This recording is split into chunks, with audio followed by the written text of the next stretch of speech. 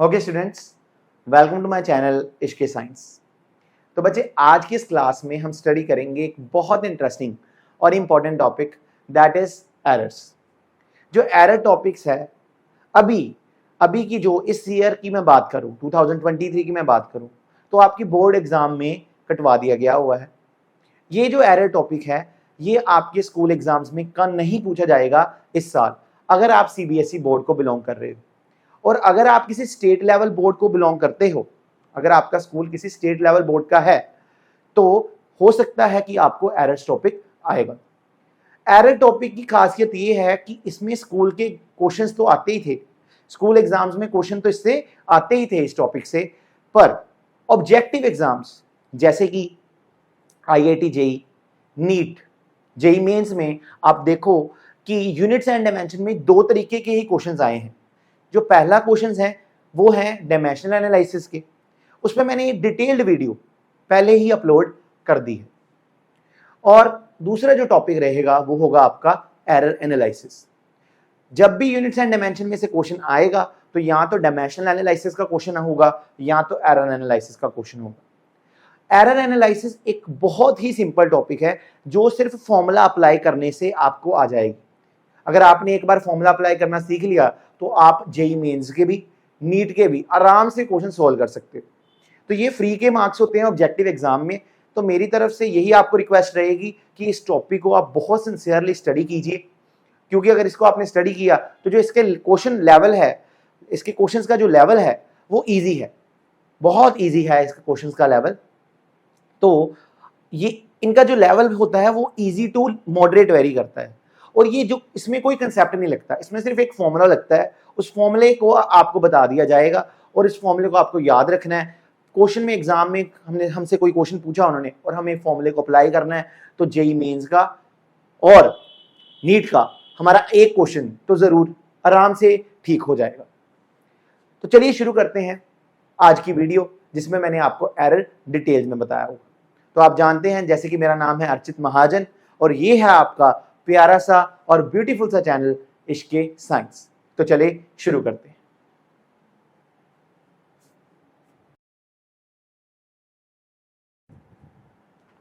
तो चलिए स्टूडेंट समझते हैं एरर्स को। देखिए, एरर का मतलब होता है गलती। और फिजिक्स में गलती कब होती है? फिजिक्स में गलती होती है जब हम किसी भी फिजिकल क्वांटिटी को मेजर करते हैं। कैसे सर? एक एग्जांपल से मैं आपको बताने जा रहा हूं, ध्यान से सुनिएगा। मेरे पास एक रेगुलर स्केल है और आपने सपोज कर लीजिए कोई लेंथ को मेजर किया, तो ये कोई रेगुलर स्केल है जो हम आम यूज करते हैं, आप भी यूज करते हो। तो मान लेते हैं वो लेंथ आई 1.2 सेंटीमीटर, 1.2 सेंटीमीटर वो वैल्यू आई। अभी आप क्या एग्जैक्टली कह सकते हो कि ये वाली जो लेंथ है वो 1.2 सेंटीमीटर है? आप कहोगे कि अगर रेगुलर स्केल से सर मेजर करते हैं तो फिर तो हम कह सकते हैं कि 1.2 सेंटीमीटर है। पर जैसे ही हम डिवाइस, एक अच्छा डिवाइस लेके आते हैं, फॉर एग्जांपल इसी लेंथ को अपन मेजर करते हैं with the help of vernier calliper. एक डिवाइस होता है जो आगे जाकर हम पढ़ेंगे, तो ये ही वैल्यू आएगी बच्चे 1.21 सेंटीमीटर। मैं एक एग्जैक्ट वैल्यूज नहीं बता रहा, रैंडम वैल्यूज ले रहा हूं कि आपका एक जो लास्ट डिजिट है वो बढ़ जाएगा। अभी मैंने कहा क्या, फिर से सोचो कि क्या ये एग्जैक्ट वैल्यू है इस लेंथ की? तो आप कहोगे सर और भी एक्यूरेसी बढ़ सकती है अगर हमने यूज कर लिया स्क्रू गोज। स्क्रू गोज भी डिवाइस है जो आगे जाके हम एरर्स वाले चैप्टर में ही पढ़ेंगे। तो अब इसकी रीडिंग जो आई 1.215 सेंटीमीटर है। तो अभी मेरे को बताओ कि इसमें से कौन सी रीडिंग सही है? 1.2 सेंटीमीटर, 1.21 सेंटीमीटर, 1.215 सेंटीमीटर? तो आप कहोगे सर रीडिंग तो सारी ही, ये सारी रीडिंग्स जो है ये मेजर्ड वैल्यूज हैं, एग्जैक्ट वैल्यू नहीं है। क्यों? क्योंकि बच्चे एग्जैक्ट वैल्यू डिवाइस के थ्रू मेजर कर पाना पॉसिबल ही नहीं है। We cannot measure the exact value by measuring, we cannot measure. तो ये यहां पर हम लाइन लिख लेते हैं, we cannot major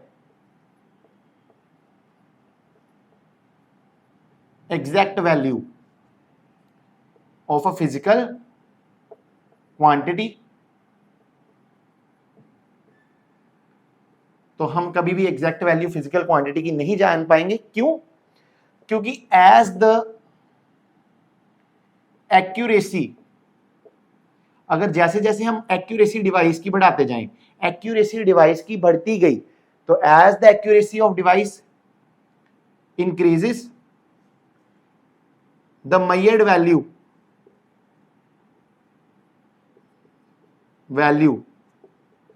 will become more accurate, और वो ज्यादा से ज्यादा एक्यूरेट वैल्यू बनती जाएगी। जैसा कि हमने देखा कि रेगुलर स्केल हमें 1.2 सेंटीमीटर रीडिंग दे रहा है, हमारे पास वर्नियर कैलिपर 1.21 और स्क्रू गेज 1.215। तो जैसे जैसे हम एक्यूरेसी ऑफ द इंस्ट्रूमेंट बढ़ा रहे हैं, वैसे वैसे मेजर्ड वैल्यू मोर एक्यूरेट बनती जा रही।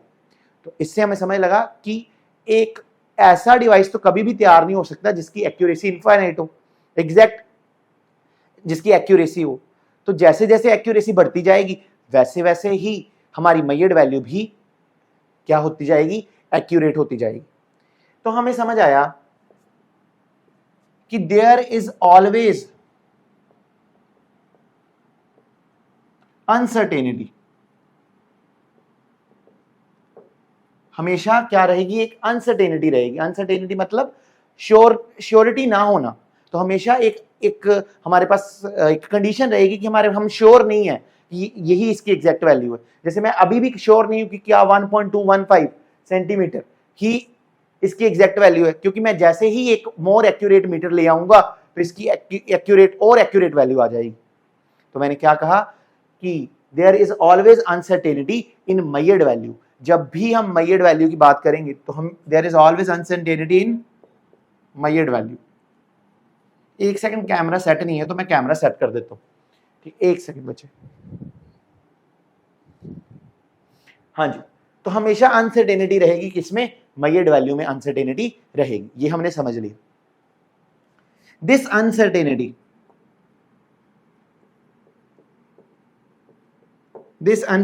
Is called error. इसी को हमने क्या कहा, एरर। फिजिक्स में हमें एरर किसे कहते हैं, यही अनसर्टेनिटी।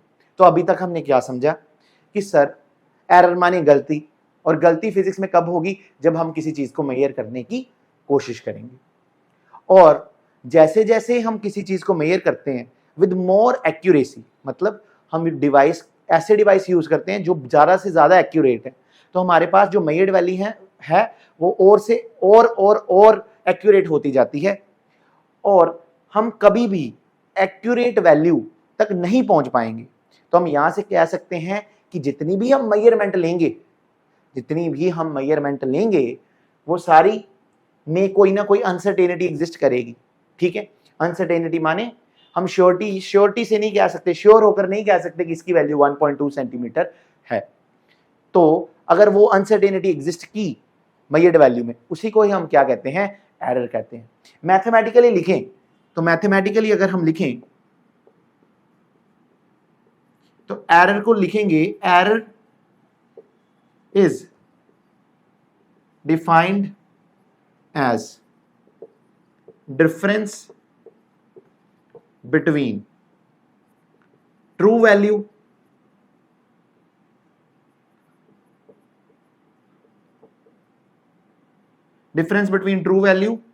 and measured value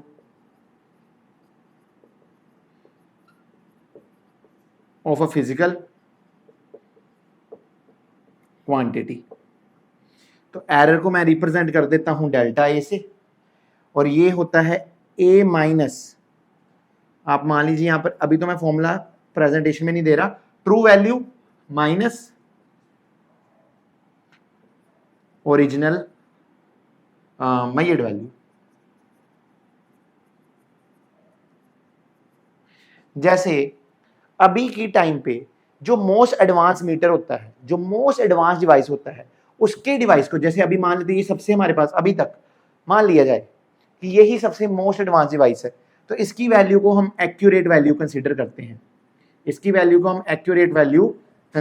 हैं। तो जो उस डिवाइस की सबसे ज्यादा एक्यूरेट वैल्यू होती, जिसकी एक्यूरेसी सबसे ज्यादा होती है, उसकी वैल्यू, उसकी मेजर्ड वैल्यू को ही हम क्या कहते हैं, एक्यूरेट वैल्यू कहते हैं। तो जैसे अभी इसमें मेरे को एरर निकालना है, तो मैं कहता कि एक्यूरेट वैल्यू ये है और मेजर्ड वैल्यू जैसे ये है 1.2 सेंटीमीटर, तो एरर क्या आएगा 1.215 माइनस 1.2, तो आंसर विल बी 0.015 सेंटीमीटर। तो तुम्हें मेरे को लगता है समझ लग गया होगा कि सर कभी भी चीज को मेजर करेंगे तो जैसे ही हम मेजर करेंगे उसमें कुछ ना कुछ अनसर्टेनिटी रहेगी। अनसर्टेनिटी रहने का मतलब कि जैसे ही डिवाइस अपनी एक्यूरेसी बढ़ाएगा तो मोर और more and more accurate values आती जाएंगी। अब जब मोर और मोर एक्यूरेट वैल्यूज आ रही है तो हम किसी भी वैल्यू को हम कह नहीं सकते कि ये एग्जैक्ट वैल्यू है, और अब भी जब कोई एग्जैक्ट वैल्यू है ही नहीं, सारी मेजर्ड वैल्यूज हैं, तो कोई ना कहीं क्या रहेंगे, अनसर्टेनिटी रहेगी। और जब अनसर्टेनिटी एग्जिस्ट करेगी उस अनसर्टेनिटी को क्या कहेंगे, एरर। और मैथमेटिकली इस अनसर्टेनिटी को लिखा जाता है true value minus measured value. तो मेरे को लगता है तुम्हें इतनी बात समझ लग गई होगी, तो इसको अगर तुम नोट करना चाहते हो नोट कर लो। वैसे मैं तुम्हें एक बहुत इंपॉर्टेंट बात बताना और चाहता हूं कि all calculation done with measured value, जितनी भी आप कैलकुलेशन मेजर्ड वैल्यू के साथ करोगे, विल ऑलवेज कंटेन एरर, वो सभी भी एरर को उनमें भी एरर होगा। तो all calculation done with measured value will always have error. तो यहां पर हैव आएगा, हैव एरर। तो हमें समझ आ गया कि फिजिक्स में एरर मीनिंग गलतियां, और गलतियां कब होती हैं, जब किसी चीज को मेजर करते हैं। मेजर जैसे जैसे डिवाइस की एक्यूरेसी बढ़ती जाएगी तो मेजर्ड वैल्यू की भी एक्यूरेसी बढ़ती जाएगी, जिसके कारण हमें ये कह सकते हैं कि कोई ना कोई अनसर्टेनिटी, ठीक है, जहां हम कभी भी श्योरली नहीं ये कह सकते कि यही एग्जैक्ट वैल्यू है, ठीक है। तो हमेशा कोई ना कोई डिफरेंस रहेगा, ठीक है, उस डिफरेंस को ही हम क्या कहते हैं, एरर कहते हैं। तो बच्चे इसको नोट करना है तो नोट कर लो, फिर अपन चलते हैं आगे। तो हमने एरर का मीनिंग समझ लिया कि एरर क्या होता है। बेसिकली मेजर्ड वैल्यू और जो ट्रू वैल्यू है उसमें डिफरेंस को क्या कहते हैं, एरर कहते हैं। अभी एरर को समझने के बाद जो सबसे इंपॉर्टेंट टॉपिक आता है वो आता है टाइप्स ऑफ एरर। कितने तरीके के एरर होते हैं। तो ब्रॉडली क्लासिफाई करूं, मोटे तौर पे क्लासिफिकेशन करें तो एरर 5 तरीके के होते हैं। तो there are 5 types of error.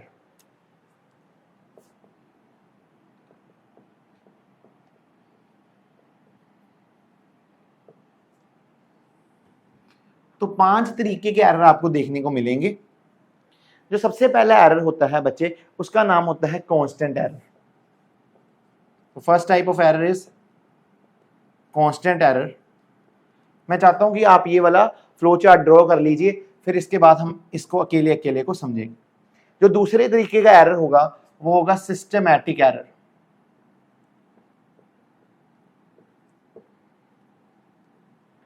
ठीक है, उससे अगला जो एरर होगा बच्चे वो होगा रैंडम एरर।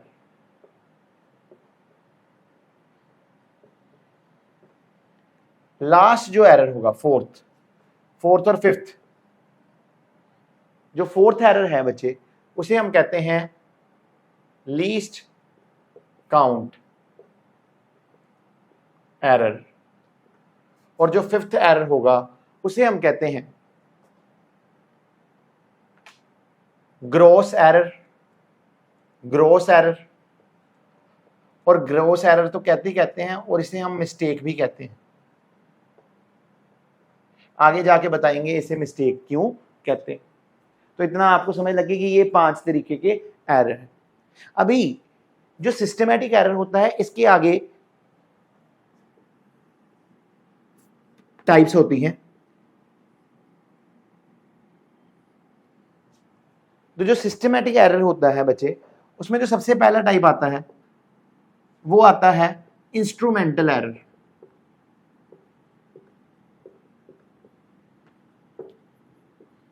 उसके बाद जो एरर आता है वो होता है इम्परफेक्शन एरर।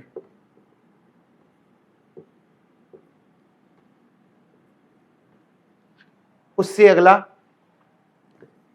पर्सनल एरर,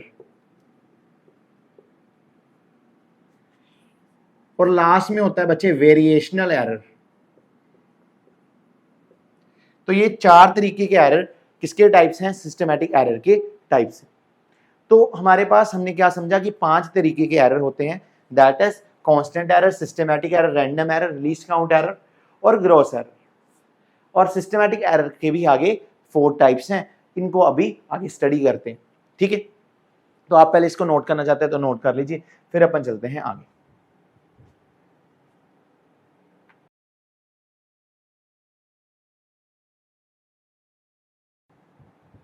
तो समझते हैं बच्चे, पहला error that is called constant error. क्या होता है कांस्टेंट एरर? तो जैसे नाम सजेस्ट कर रहा है, कांस्टेंट मतलब एक ऐसा एरर जिसकी वैल्यू कांस्टेंट रहेगी। तो कांस्टेंट एरर को स्टडी करते हैं। कांस्टेंट एरर क्या है? एक ऐसा एरर जिसकी वैल्यू क्या रहेगी? हमेशा कांस्टेंट। तो error whose value will remain constant is called constant error। एक ऐसा एरर जिसकी वैल्यू क्या रहेगी? कांस्टेंट, उसे क्या कहेंगे? Constant error. सर एग्जांपल से समझाओ। जैसे आपके पास कोई फिजिकल क्वांटिटी है,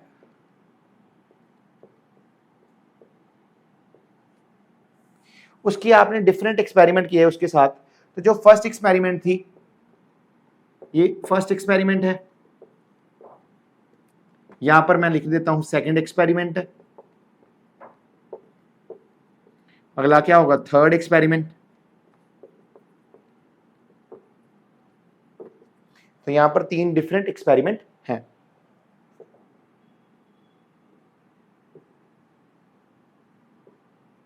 अब यहां पर हम लिख लेते हैं रीडिंग, और यहां पर हम लिख लेते हैं true value.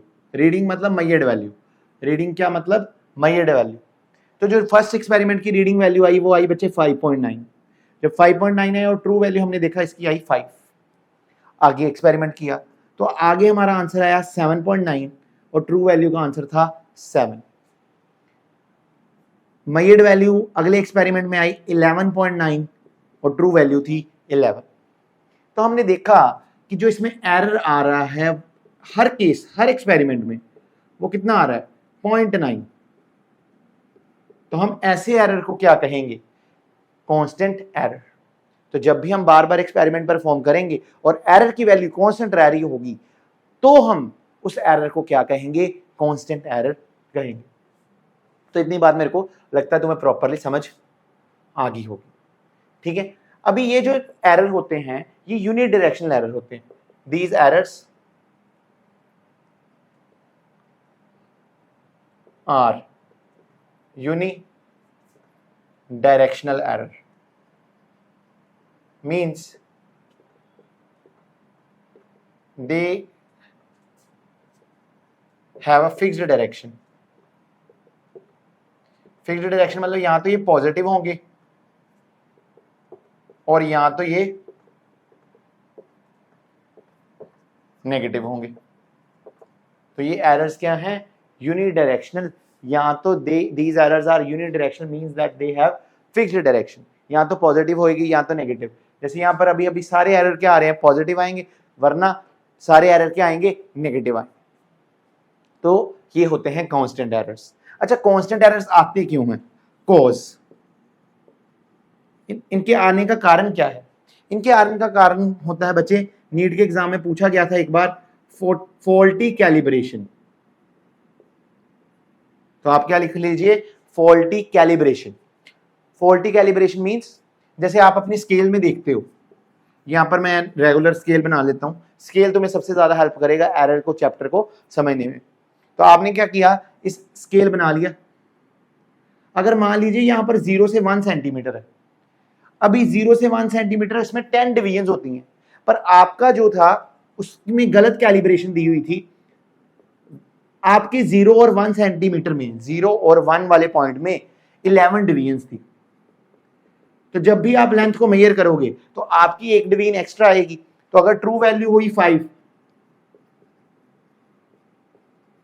Actual measured value आएगी 5.1, ट्रू वैल्यू अगर हुई 6 तो मेजर्ड वैल्यू आएगी 6.1, ट्रू वैल्यू हुई अगर 7 तो आपके आंसर क्या आएगा 7.1, क्योंकि आपकी एक डिवीजन बढ़ गई है। तो हमें समझ आया कि जब फॉल्टी कैलिब्रेशन हो जाती, कैलिब्रेशन मतलब ये छापना, ठीक है, मतलब जहां पर वैल्यूज को लिखा गया होता है, इंस्ट्रूमेंट जो वैल्यू शो करता है, ठीक है, उसकी वो वैल्यू कैसे शो कर पाता है, क्योंकि उसमें छपी होती हैं ये वैल्यूज, तो उसे कहते हैं कैलिब्रेशन। और अगर वो कैलिब्रेशन गलत है तो हम उसे कहेंगे फॉल्टी कैलिब्रेशन। और फॉल्टी कैलिब्रेशन का मतलब क्या है कि जैसे हमने एग्जांपल ली कि 0 से 1 अगर आपकी 10 डिवीजन नहीं है, 11 डिवीजन है, ठीक है, तो आपके आंसर में हमेशा एक आंसर आपकी जब भी लेंथ मेजर करोगे तो 1 सेंटीमीटर लेंथ लंबी आएगी। अगर आप एक्चुअल लेंथ 5 होगी तो आपका आंसर आएगा 5.1। तो ऐसे अगर आप 6 करोगे तो फिर क्या आएगा 6.1, 7 करोगे तो आंसर आएगा 7.1, और एरर हमेशा इसमें कितना आ रहा है 0.1 का, तो हम कह सकते हैं कांस्टेंट एरर है।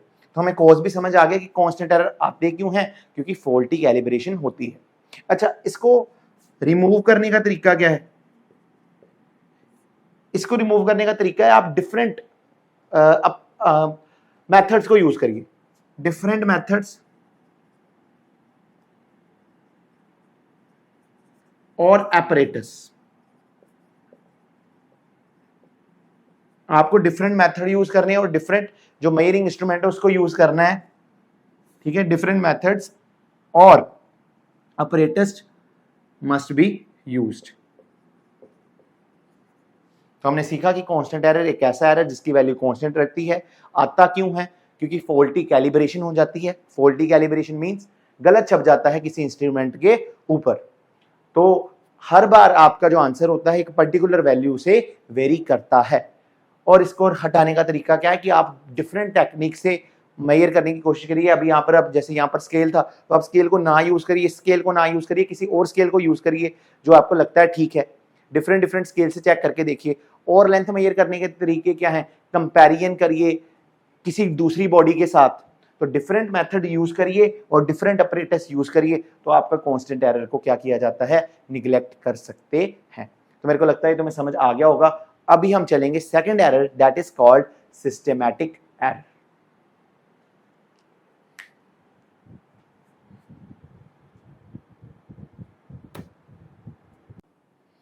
तो चलिए स्टूडेंट्स, अभी हम स्टडी करते हैं सेकंड टाइप के एरर को, दैट इज सिस्टेमैटिक एरर।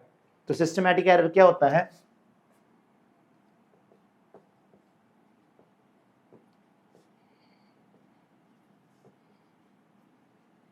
एक ऐसा एरर जो दोनों डायरेक्शन में एग्जिस्ट कर सकता है। मतलब उसकी वैल्यू +1 भी हो सकती है, +0.1 भी हो सकती है, और उसकी वैल्यू -0.1 भी हो सकती है एक ही एक्सपेरिमेंट के अंदर, या फिर एक ही फिजिकल क्वांटिटी को मेजर करते वक्त। तो जैसे हमने पढ़ा था कांस्टेंट एरर, वो यूनिडायरेक्शनल था, ये बाई डायरेक्शनल होगा। मतलब ये दोनों डायरेक्शन में एग्जिस्ट कर सकता है। तो सर चलो समझते हैं। The error that can exist in both direction। तो एक एरर जो दोनों डायरेक्शन में एग्जिस्ट कर सकता है, the error that can exist in both direction is called systematic error. ठीक है, ऐसे एरर को क्या कहा जाता है, सिस्टेमैटिक एरर कहा जाता है। अभी ये आपने समझ लिया कि ये दोनों डायरेक्शन में एग्जिस्ट करेगा। तो इसको हम एक एग्जांपल से समझते हैं कि जैसे आपकी एक फिजिकल क्वांटिटी है, ठीक है, उसके लिए आपने फर्स्ट एक्सपेरिमेंट कंडक्ट कराया, ये उसकी मेजर्ड वैल्यूज हैं, मेजर्ड वैल्यूज, और यहां पर ट्रू वैल्यू है। अभी जो फर्स्ट एक्सपेरिमेंट है उसमें वैल्यू आई 10.3 और ट्रू वैल्यू है 10, तो यहां पर डिफरेंस कितना आया, 0.3 का। फिर सेकंड एक्सपेरिमेंट कंडक्ट कराया सेम फिजिकल क्वांटिटी के लिए, फिर आपकी वैल्यू आई बच्चे 9.6 और यहां पर जो एरर वैल्यू थी एग्जैक्ट वो थी 10। अभी थर्ड एक्सपेरिमेंट कंडक्ट कराया तो यहां पर वैल्यू आई बच्चे 10.1 और एग्जैक्ट वैल्यू थी 10। तो एक ही फिजिकल क्वांटिटी को मेजर करने के लिए 3 बार एक्सपेरिमेंट कंडक्ट किया, उसमें ट्रू वैल्यू तो हमेशा सेम ही रहेगी 10 10 10, पर measured value her bar different I. और यहां पर जैसे आप देख सकते हो कि यहां पर जो एरर है ट्रू माइनस मेजर्ड, तो यहां पर एरर नेगेटिव है दैट इज 0.3, यहां पर एरर बचे पॉजिटिव है 0.4 और यहां पर एरर बचे नेगेटिव है 0.1। तो एक ऐसा एरर जो दोनों डायरेक्शन में एग्जिस्ट कर सकता है उसे हम कहते हैं बच्चे सिस्टमैटिक एरर। ठीक है, अभी सिस्टमैटिक एरर समझ लिया। तो मैंने बताया था कि जो सिस्टमैटिक एरर है उसकी 5 टाइप्स हैं। तो जो पहली टाइप है सिस्टमैटिक एरर की, ए मान लेते हैं, वो है इंस्ट्रूमेंटल एरर।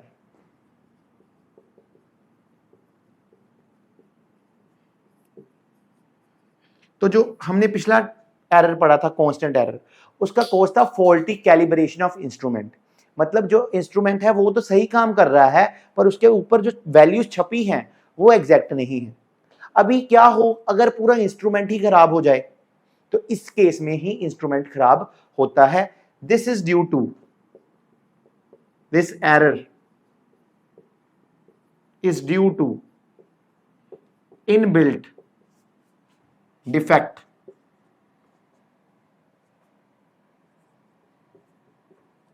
इन इंस्ट्रूमेंट। तो हमने क्या कहा कि क्या हो अगर पूरा आपका जो इंस्ट्रूमेंट है वही खराब हो। जैसे सर एग्जांपल देके समझाओ तो अच्छा रहेगा। जैसे बच्चे आपका मीटर स्केल है, तो वो शुरू कहां से होता है 0 1 2 3 4 5 6 ऐसे है। अभी सपोज कर लीजिए आपको एक टीचर ने कहा कि 15 तक जाता है, तो टीचर ने कहा इसकी लेंथ मेजर करो। इसकी जो ट्रू लेंथ है, ट्रू वैल्यू है इस लेंथ की, मैं वो आपको पहले बता देता हूं, वो है 6 सेंटीमीटर। सही है। अभी क्या था, ये दो फ्रेंड्स थे ए और बी। इसके पास जो स्केल था वो ये वाला था, 0 से शुरू होता था, पर इसका स्केल टूट गया था। तो इसका स्केल बच्चे 1 से शुरू होता था, 1 2 3 4 5 6 एंड 15 तक जाता था।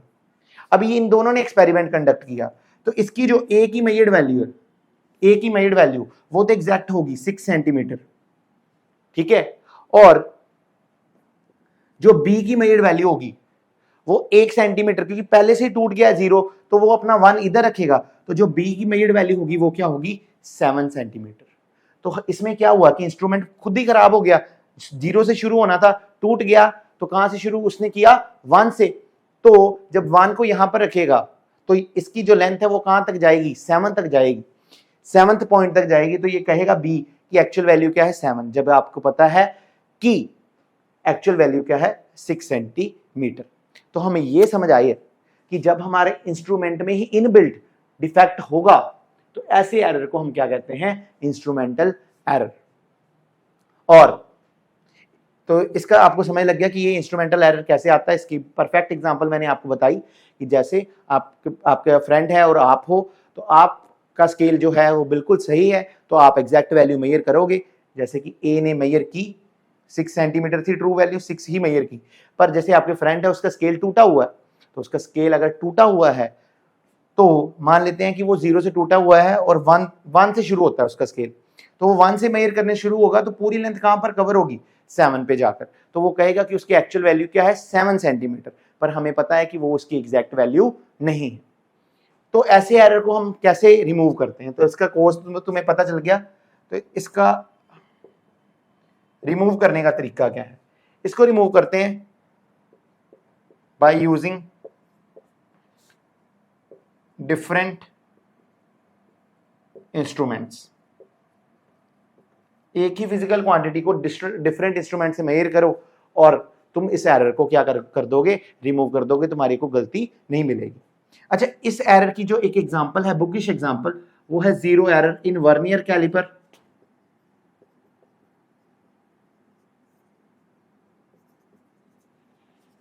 And screw gauge. तो ये जो इसकी जो वर्किंग एग्जांपल है इंस्ट्रूमेंटल एरर की, जो बुक में गिवन होती है, वो होती है zero error in vernier caliper and screw gauge.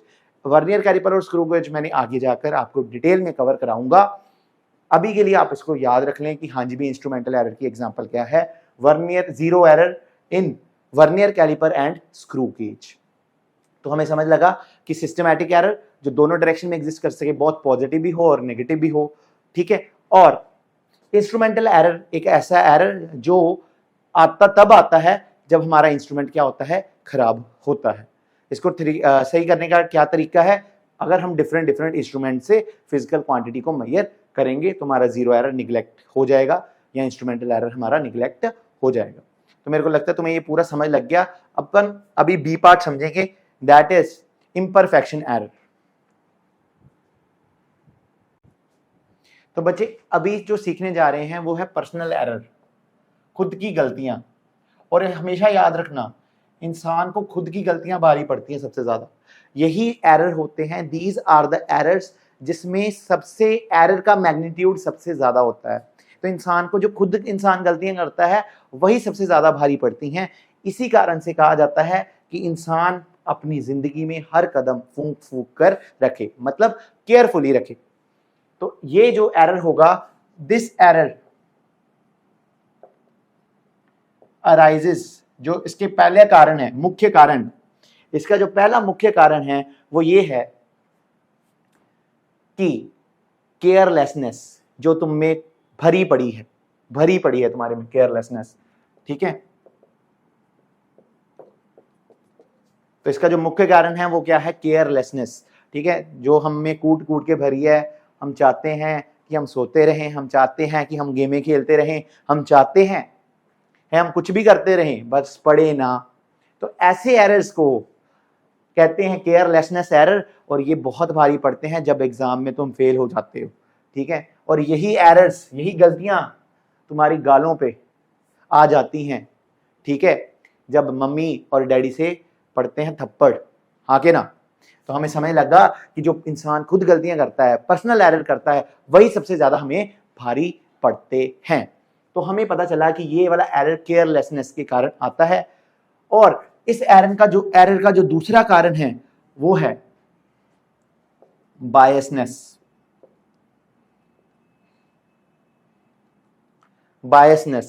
अगर तुम, एक व्यक्ति दो तरीके के होते हैं, वो एक इंसान को पता ही नहीं होता कि मैं गलती कर रहा हूं, और एक इंसान को पता होता है कि मैं गलती कर रहा हूं, ठीक है।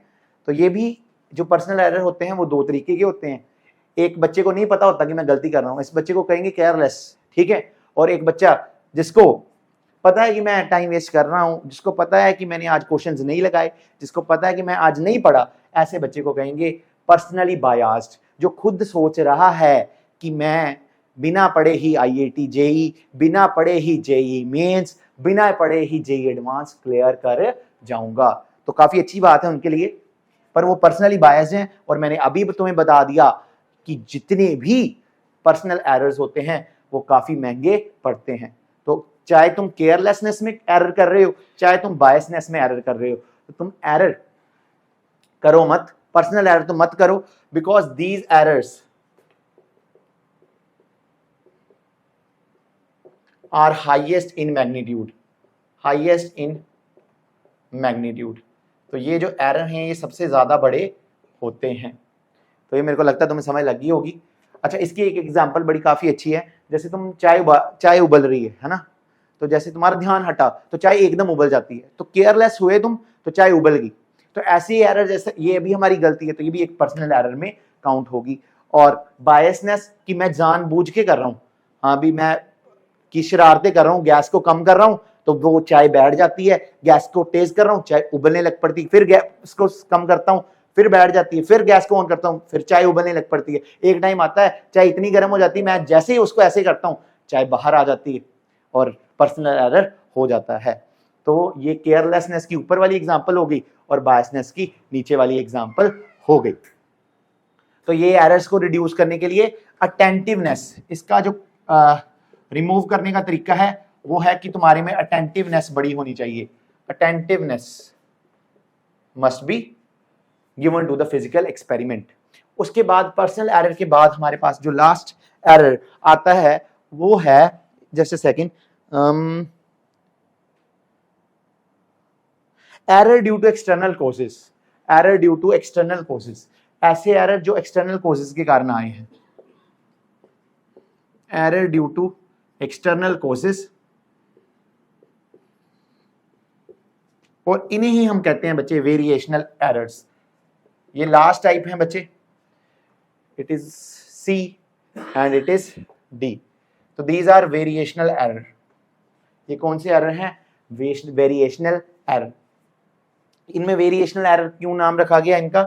क्योंकि जैसे सपोज कर लीजिए, इफ आप बाहर, आप जियोलॉजिकल एनवायरनमेंट में कोई एक्सपेरिमेंट कंडक्ट करा रहे हैं, तो आपको चाहिए था एक ह्यूमिड एनवायरनमेंट जिसमें नमी हो, ठीक है, और मान लेते हैं कि हवाएं चलने लग पड़ी और नमी का लेवल कम हो गया, तो फिर जब आप इस कंडीशन में एक्सपेरिमेंट परफॉर्म करोगे तो जनरल सी बात है कि आपकी जो वैल्यू है वो एग्जैक्ट नहीं आ पाएगी, और जब वैल्यू एग्जैक्ट नहीं आएगी तो हम कहेंगे ये एरर हमने नहीं किया, ये तो एनवायरनमेंट के कारण हुआ, ये तो वेरिएशन के कारण हुआ, और ऐसे एरर को हम नाम देंगे वेरिएशनल एरर। तो हम क्या कहेंगे? If error occurs due to external causes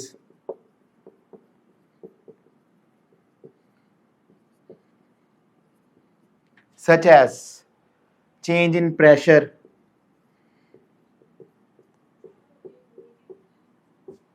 temperature,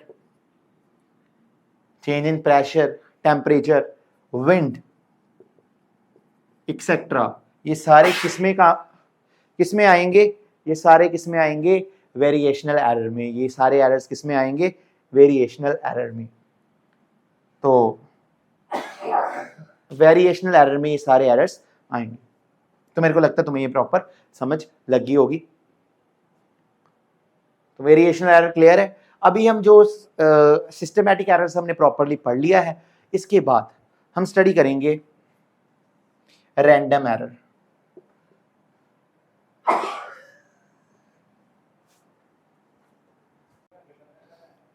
तो रैंडम एरर कौन से होते हैं बच्चे? Error that occurs. Random error कौन से होते हैं? वो वाले एरर जो रैंडमली अकर होते हैं। रैंडमली मतलब प्रोबेबली, रैंडमली मतलब प्रोबेबली, मतलब किसी भी तरीके से हो गए, ठीक है, हम जिस पे हमारा कोई वश ही नहीं है, हाँ के ना। तो एरर दैट अकर्स रैंडमली, ठीक है। जैसे मतलब आपने एक्सपेरिमेंट परफॉर्म किया, तो पहले एक्सपेरिमेंट में आपकी वैल्यू आई 5.1, ट्रू वैल्यू है 5, तो एरर आया 0.1, अगले में 0.6, अगले में 0.7, अगले में 0.3, अगले में 0.5। तो ऐसे एरर्स को क्या कहेंगे हम? Random errors. तो error that occurs randomly are called random errors, and occurrence of random error, random error की जो अकरेंस होती है, occurrence of random error is equi probable.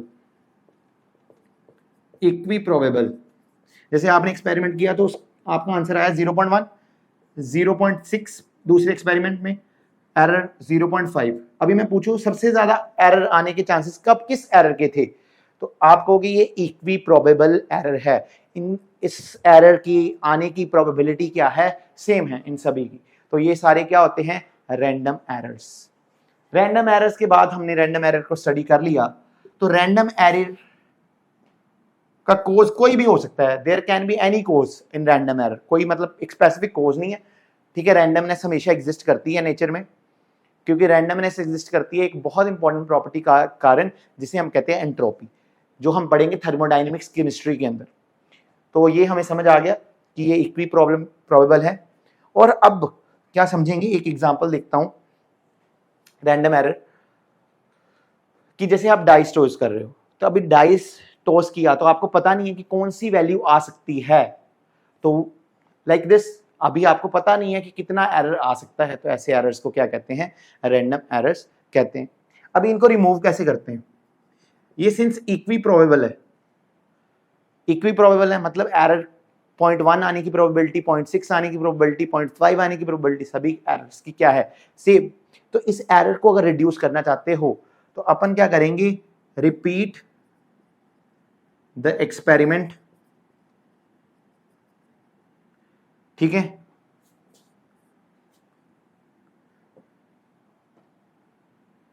Repeat the experiment and then attain the average value of error. तो हम बार बार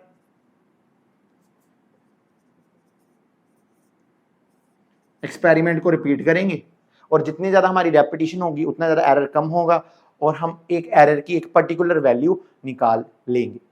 तो कभी भी random error को रिमूव करना है तो एक्सपेरिमेंट को बार बार रिमूव परफॉर्म करो। अगर आपकी जो एक्सपेरिमेंट परफॉर्म कर रहे हो उसमें एरर जो है रैंडमली चेंज कर रहा है तो उसको तरीका क्या है रिमूव करने का, कि आप उस एक्सपेरिमेंट को बार बार परफॉर्म करो और एक एवरेज वैल्यू रैंडम एरर की निकालो। तो ये था हमारा रैंडम एरर, जो कि हमारा था फोर्थ एरर, फोर्थ नहीं था, ये हमारा थर्ड एरर था। रैंडम एरर के बाद आता है बच्चे least count error.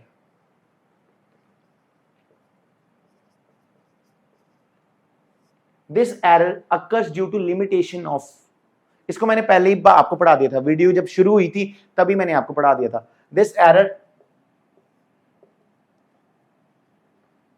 occurs due to limitation of instrument। जैसे आपका रेगुलर स्केल है, वो मिनिमम जो लास्ट मिनिमम क्वांटिटी है उसको कितनी मेजर कर सकता है, 0.1 सेंटीमीटर, ठीक है, 0.1 सेंटीमीटर मेजर कर सकता है। और ये रेगुलर स्केल आ गया। तो जो मिनिमम वैल्यू कोई इंस्ट्रूमेंट मेजर कर सकता है, ठीक है, वो लास्ट वैल्यू अनसर्टेन रहती है। वो लास्ट वैल्यू क्या रहती है, अनसर्टेन, और उसी को हम क्या कहते हैं, लीस्ट काउंट एरर कहते हैं। तो हमें समझ आ गया कि लीस्ट काउंट एरर क्या होता है, जो लास्ट जो सबसे छोटी क्वांटिटी कोई इंस्ट्रूमेंट मेजर कर सकता है उस छोटी क्वांटिटी के जो लास्ट यूनिट डिजिट है उसमें वेरिएशन आ सकती है। बोलो क्लियर, उसको हम कहते हैं रेगुलर लीस्ट काउंट एरर। जैसे मैंने आपको बताया था कि हमारे पास वर्नियर कैलिपर होता है, तो जो इसका लीस्ट, ये वर्नियर कैलिपर का लीस्ट काउंट है, और ये स्क्रू गोज का लीस्ट काउंट। तो जो लास्ट डिजिट होता है वो फाइनाइट नहीं होता। जैसे मैंने कहा था कि इसकी वैल्यू आती है 12.1 सेंटीमीटर, 1.2 कहा था मैंने, 1.2, 1.21 और 1.215। तो देखिए जो लास्ट वैल्यू है वो कंफर्म्ड नहीं है। ऐसे एरर्स को क्या कहेंगे, लीस्ट काउंट एरर्स कहेंगे।